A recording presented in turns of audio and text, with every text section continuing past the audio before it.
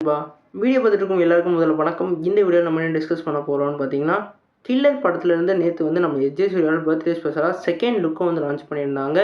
இந்த படத்துக்கு இப்போ வந்து ஃபேன்ஸ் தரப்புலேருந்து என்ன மாதிரி ஹைப் வந்திருக்கு, இந்த போஸ்டரை பார்த்தாலே என்ன மாதிரி கதைக்களம் இருக்கும்னு சொல்லிட்டு இந்த வீடியோவில் நம்ம டீட்டெயிலாக டிஸ்கஸ் பண்ணுவோம்.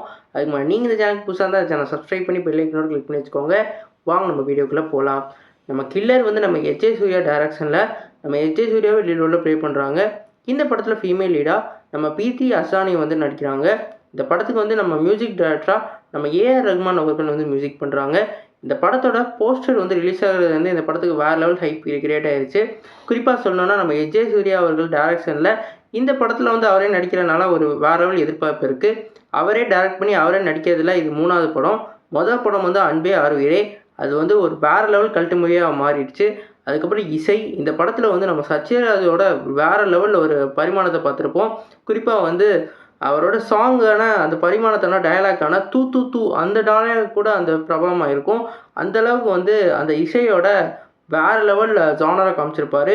ஒரு மியூசிக் டைரக்டருக்கு இந்த மாதிரி வந்து அந்த காம்ப்ளெக்சிட்டி ஏற்படும். அதுக்கப்புறம் அவங்க எப்படி வந்து மீளுவாங்கன்ற மாதிரி அவரோட கனவுல நடக்கிற ஒரு விஷயத்த வந்து அப்படி நமக்கு ஸ்க்ரீன் பிளேயாக காமிச்சிருப்பாங்க. ஒரு வேறு லெவல் ஸ்க்ரீன் பிளேவாக இருக்கும்.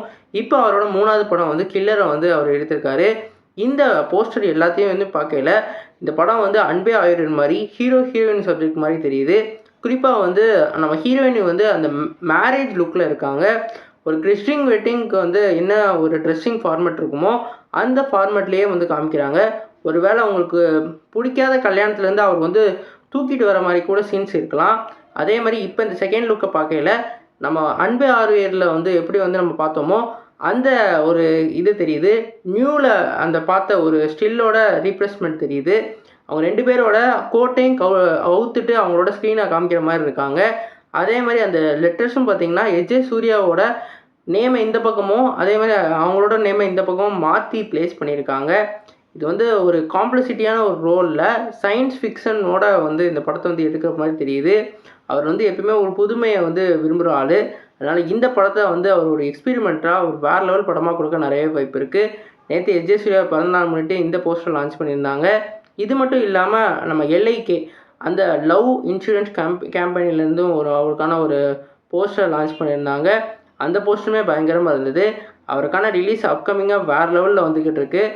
கண்டிப்பாக இந்த படத்தெல்லாம் அவரோட ஆக்டிங் வேறு லெவலில் பேசப்படும். இந்த படத்துக்கு நான் வந்து கில்லருக்கு வேறு லெவலில் வெயிட் பண்ணிக்கிட்டு இருக்கேன். யாரெல்லாம் எஸ்.ஜே. சூர்யாவோட ஃபேன்ஸோ வந்து கீழே வந்து இந்த படத்துக்கு எவ்வளோ ஈகராக வெயிட் பண்ணி கமெண்ட் பண்ணுங்கள்.